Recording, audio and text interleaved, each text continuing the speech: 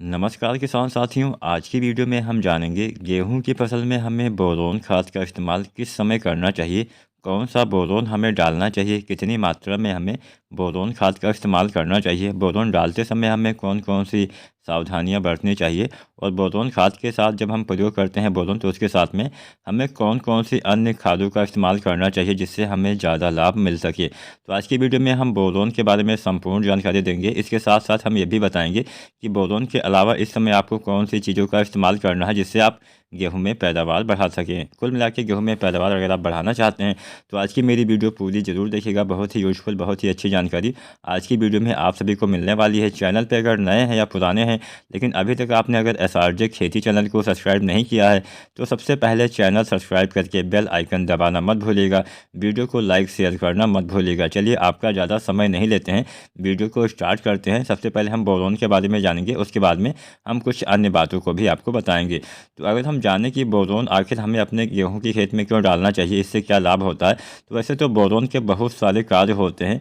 किसान साथियों, सबसे पहले हम जान लेते हैं किस अवस्था में हमें बोरोन का इस्तेमाल करना चाहिए। किसान साथियों, गेहूं की फसल में बोरोन डालने का जो सबसे अच्छा समय माना गया है वो माना गया है गेहूं में बालियां निकलने से पहले वाली अवस्था में। इस समय अगर आप बोरोन का इस्तेमाल करते हैं तो आपको इसका सबसे ज़्यादा लाभ मिलता है। वैसे बहुत सारे किसान भाई कल्ले निकलते समय भी इसका प्रयोग करते हैं जिससे कल्ले के बढ़वार में थोड़ा सा हेल्प होता है, लेकिन आप इसका इस्तेमाल कल्ले निकलते समय भी कर सकते हैं। इसके साथ साथ आप इसका इस्तेमाल बालियाँ निकलने से पहले करेंगे तो इसका ज़्यादा लाभ मिलेगा। तो यहाँ पे आपने जान लिया कि हाँ, आप कल्ले निकलते समय भी डाल सकते हैं, मतलब 30 से 40-35 दिन पे भी डाल सकते हैं। इसके अलावा गबोट अवस्था में बालियाँ निकलने से पहले भी आप बोरोन का इस्तेमाल किसान साथी कर सकते हैं। अब हम ये भी जानते हैं कि अगर हम बोरोन खाद का इस्तेमाल गेहूँ की फसल में करते हैं तो हमें आखिर फ़ायदा क्या मिलता है, हमें आखिर इसका लाभ क्या मिलता है। बोरोन के दो अहम काम होते हैं। पहला काम, वैसे तो बहुत सारे कार्य होते हैं, बोरोन से बहुत सारा आपके पौधे में सुधार होता है। बोरोन से आपके पौधे में फल प्रतिधारण करने की क्षमता में वृद्धि होती है। बोरोन से आपके फ्लावरिंग अच्छी होती है, फूल और बीज का विकास अच्छे से होता है। बोरोन के इस्तेमाल से कैल्शियम के अवशोषण की क्षमता में विकास होता है, जिससे जो भी कैल्शियम आपकी मिट्टी में होता है वो आपके पौधे को आसानी से मिलने लगता है। बोरोन आपकी उपज को बढ़ाता है। बोरोन से आपकी फसल की गुणवत्ता में सुधार होता है। बोरोन से पोटेशियम और नाइट्रोजन को पचाने में मदद करता है बोरोन, जिससे इसकी भी उपलब्धता बढ़ जाती है। बोरोन जो पर्णरंध्र होते हैं, मतलब जो आपके गेहूं के पत्तों में जो छिद्र होते हैं छोटे छोटे, उसको खोलने और बंद करने में सहायता करता है, जिससे प्रकाश संश्लेषण प्रक्रिया काफ़ी अच्छे से होती है। बोरोन आपकी फसल में पराग नली का निर्माण करता है, जिससे आपके पौधे में जो फ्लावरिंग होती है उसके बाद में जो परागण प्रक्रिया होती है उसमें काफ़ी हेल्प करता है। और भी इसके बहुत सारे कार्य होते हैं। अगर मैं आपको काफ़ी आसान भाषा में समझाऊं तो इसका मेन काम होता है पौधे के सभी भागों तक सभी तत्वों को पहुंचाने का काम करना। यानी मिट्टी में आपके जो भी तत्व होते हैं, चाहे आपका एनपीके हो गया यानी नाइट्रोजन, फास्फोरस, पोटेशियम, या फिर जितने भी तत्व आपके जड़ों के द्वारा अवशोषित किए जाते हैं, चाहे आपका पोषक तत्व हो गया, चाहे आपका किसान साथियों पानी वगैरह भी हो गया, इसको अवशोषण करने के बाद ये जाइमल कोशिका के माध्यम से पौधे के सभी अंगों तक बोरोन ही सभी तत्वों को पहुँचाता है, जिससे फसल का विकास आसानी से अच्छे से सही ढंग से हो पाता है। अर्थात बिना बोरोन के आपके पौधे का जीवन चक्र अधूरा रह जाएगा, आपके पौधे जीवित नहीं रह पाएंगे। बोरोन के इस्तेमाल से फ़ायदा तो पहला आपने जान ही लिया कि सभी पोषक तत्वों को सभी भागों तक पहुंचाने का काम करता है। और दूसरा फ़ायदा मैं अगर आसान भाषा में समझाऊं तो जो आपकी गेहूँ में जब बालियाँ निकल आती हैं तो उसमें फ्लावरिंग की स्टेज आती है, मतलब गेहूँ में जब फूल आते हैं तो फूल आने में पराग नली का निर्माण होता है, तभी फ्लावरिंग होती है। तो पराग नली का निर्माण करता है जिससे फ्लावरिंग अच्छे से होती है। इसके बाद साथ साथ मेल फीमेल फ्लावर्स को काफ़ी मजबूत करता है, जिससे कोई भी आपका फूल गिरता नहीं है, कोई भी आपके दाने खाली नहीं रह जाते हैं। कई बार अगर परागण प्रक्रिया सही से नहीं होती है तो हमारे बहुत सारे गेहूं के दाने खाली रह जाते हैं, जिससे सीधा सीधा असर हमारे उत्पादन पे पड़ता है। तो दो अहम काम मैंने आपको बता दिया। पहला काम होता है पौधे के सभी भागों तक सभी पोषक तत्वों को पहुँचाने का काम करता है। दूसरा होता है पॉलिनेशन में मदद करता है, यानी परागण में हेल्प करता है। तो ये तो इसके कार्य हो गए। अब हमने तो ये भी आपको बता दिया कि कब आपको इस्तेमाल करना है।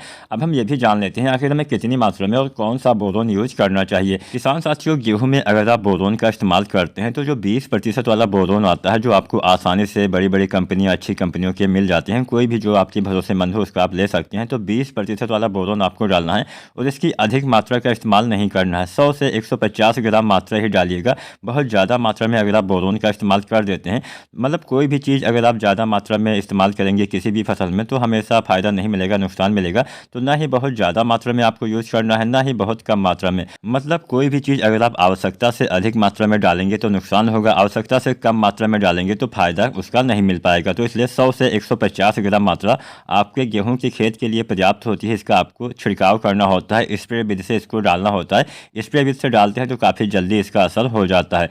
तो यहाँ पे मान लीजिए अभी आपके गेहूं में कल्ले वाली स्टेज है, कल्ले निकल रहे हैं, तो उस अवस्था में भी आप बोरोन डाल सकते हैं।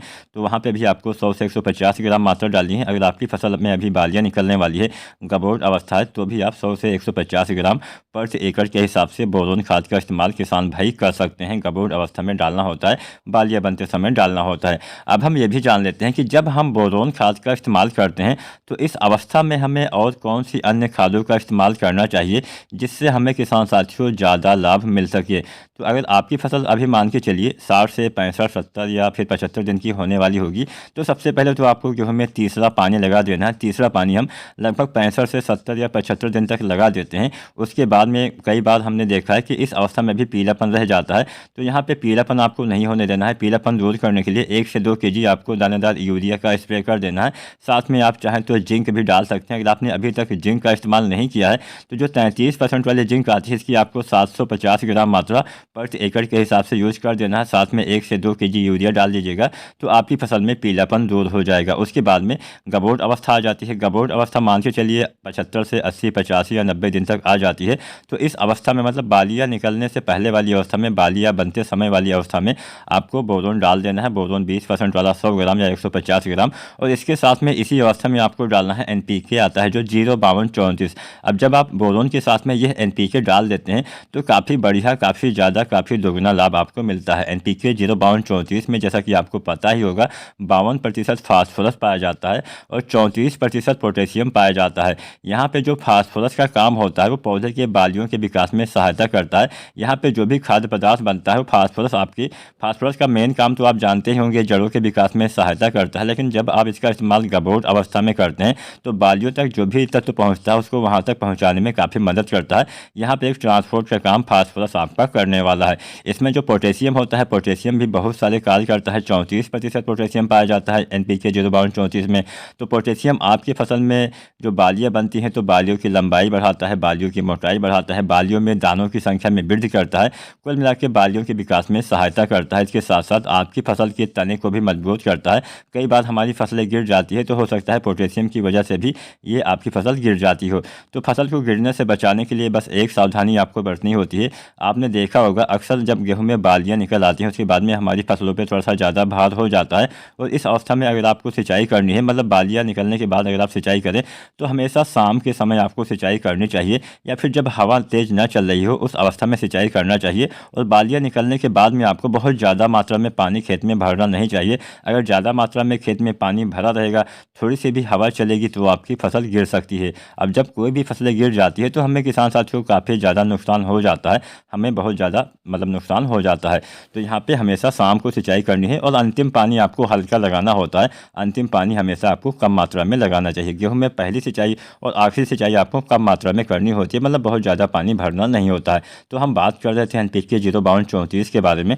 तो इसकी आपको गबोट अवस्था में 1 से लेकर 1.5 किलोग्राम मात्रा प्रति एकड़ के हिसाब से आपको यूज करना है। इतनी मात्रा 1 एकड़ खेत के लिए किसान भाई पर्याप्त होती है। तो दूसरी चीज़ आपने डाला बोरोन के साथ में 05234। अब यहाँ पे तीसरी चीज़ भी आप डाल सकते हैं। कई बार आपने देखा होगा कि जब हमारी फसल में बालियाँ निकलने वाली होती है, ऐसी कंडीशन में भी हमारी गेहूं में पीलापन आ जाता है। अब जब इस अवस्था में मतलब बालियाँ बनते समय पीलापन आ जाएगा तो काफ़ी हमें नुकसान हो जाता है। बालियों का विकास सही से नहीं हो पाता है क्योंकि हमारे पौधे सही से भोजन नहीं बना पाते हैं। प्रकाश संश्लेषण प्रक्रिया सही से नहीं होती है जिससे पौधे भोजन आसानी से सही मात्रा में नहीं बना पाते हैं, जिससे सीधा सीधा असर हमारी बालियों पर पड़ता है। बालियों के विकास में बाधा आती है। तो यहाँ पे नाइट्रोजन की पूर्ति आपको करनी है, लेकिन यहाँ पे यूरिया का इस्तेमाल मिट्टी में नहीं करना है। आपको मैं बताते चलूँ, जो हम यूरिया डालते हैं 50 से 55 दिन के अंदर ही समस्त नाइट्रोजन की मात्रा की पूर्ति कर देनी चाहिए। और 50 से 55 दिन के बाद हम कोई भी ऐसी खाद का इस्तेमाल नहीं करेंगे जिसको हम मिट्टी में डालते हों, चाहे यूरिया हो गया या फिर कोई भी अन्य खाद। हमें मिट्टी में बिल्कुल भी प्रयोग नहीं करना है। हम जो भी डालेंगे उसका हम स्प्रे विधि से ही प्रयोग करेंगे, छिड़काव विधि से ही प्रयोग करेंगे। तो यहाँ पे दानेदार यूरिया आपको गबोट अवस्था में पीलापन अगर दिखता है, नाइट्रोजन की कमी दिखती है, तो 1 से 2 किलोग्राम आपको दानेदार यूरिया भी इसी NPK 05234 साथ में बोरोन के साथ में डाल देना है। बस सावधानी यही बरतनी है, सभी का अलग अलग घोल बनाइए, उसके बाद में एक साथ किसान साथी प्रयोग करेंगे, बढ़िया बढ़िया फ़ायदा मिलेगा। आपकी फसल में नाइट्रोजन की पूर्ति भी हो जाएगी, फास्फोरस की पूर्ति हो जाएगी, पोटेशियम की पूर्ति हो जाएगी और बोरोन की पूर्ति भी हो जाएगी, जिससे फसल में यहाँ पे हम जो भी खाली आपको बताएंगे उसका सीधा सीधा संबंध बालियों के विकास से ही है। तो आपकी बालियाँ जब तक सही से विकसित नहीं होंगी तब तक आपको अच्छा उत्पादन नहीं मिलेगा। तो यहाँ पे नाइट्रोजन की पूर्ति करना काफ़ी अनिवार्य हो जाता है। अगर पीलापन दिखता है, नाइट्रोजन की कमी दिखती है, तभी आपको यहाँ पे यूरिया खाद का इस्तेमाल करना है, अन्यथा आपको नाइट्रोजन नहीं डालना है, यूरिया नहीं डालना है। बाकी ये दो चीज़ें किसान भाई डाल के भी अपने गेहूं में अच्छी बालियाँ ले सकते हैं। किसान साथियों, हमारे बहुत सारे किसान साथी गेहूं में पैदावार बढ़ाने के लिए गबोट अवस्था में सागरिका लिक्विड का इस्तेमाल करते हैं। सागरिका लिक्विड अगर आप डालते हैं, जो इफ्को की सागरिका आती है, इसके इस्तेमाल से क्या फ़ायदा होता है? इसके इस्तेमाल से पौधे में जो भोजन बनाने की क्षमता होती है उसमें काफ़ी वृद्धि ला देता है, जिससे पौधे काफ़ी ज़्यादा मात्रा में, काफ़ी आसानी से, काफ़ी तेज़ी से भोजन बनाने लगते हैं, जिससे आपकी बालियों के विकास में तेज़ी आती है। तो आप चाहें तो सागरिका लिक्विड भी इस अवस्था में डाल सकते हैं। अगर आप इफ्को की ऑफिशियल साइट पर भी जाएंगे तो वहाँ पर भी ये दर्शाया गया है कि बालियाँ निकलने से पहले आपको इसका इस्तेमाल करना चाहिए। तो आप सागरिका लिक्विड लगभग 300 से लेकर 400 ml मात्रा प्रति एकड़ के हिसाब से यहाँ पे आपको यूज़ करना है। इतनी मात्रा 1 एकड़ खेत के लिए पर्याप्त होती है। तो किसान साथियों, यहाँ पे हमने 4 खाली आपको बताई। पहला हमने बताया बोरोन 20% वाला आपको 100 से 150 ग्राम डालना है। दूसरा यहाँ पे किसान साथियों हमने बताया NPK 0 बाउंड 34, इसकी आपको 1 से 1.5 किलोग्राम मात्रा डालनी है। तीसरा हमने बताया यूरिया।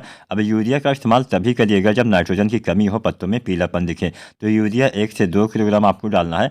और चौथी चीज़ यहाँ पे आपको यूज़ करनी है सागरिका लिक्विड, और इसकी आपको लगभग 300 से 400 ml मात्रा प्रति एकड़ के हिसाब से आपको यूज़ करना होता है। इन चारों खादों का अलग अलग घोल बनाना है, उसके बाद में एक साथ प्रयोग कर देना है। अगर मिट्टी में नमी ना हो तो पहले सिंचाई करें, उसके बाद ही इन खादों का इस्तेमाल करेंगे तो बढ़िया फ़ायदा मिलेगा। वीडियो पसंद आई हो लाइक ज़रूर करें।